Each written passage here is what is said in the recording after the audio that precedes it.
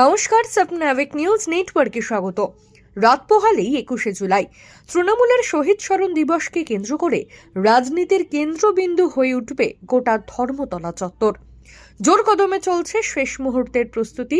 মূল বক্তা যেহেতু তৃণমূল সুপ্রিমো মমতা বন্দ্যোপাধ্যায় ও অভিষেক বন্দ্যোপাধ্যায়, তাই এই হাই ভোল্টেজ সভাকে কেন্দ্র করে কড়া নিরাপত্তায় ঘিরে ফেলা হয়েছে গোটা অঞ্চল।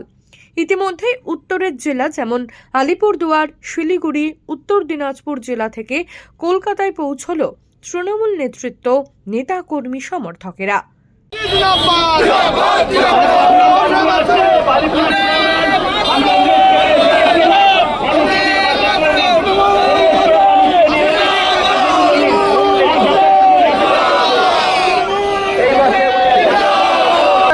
পর্যাপ্ত বাসের ব্যবস্থা রয়েছে।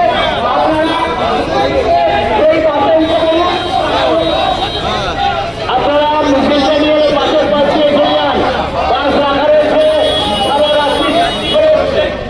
শ্যামল পাল, স্বপ্নাবিক নিউজ, কলকাতা। জয় হিন্দ।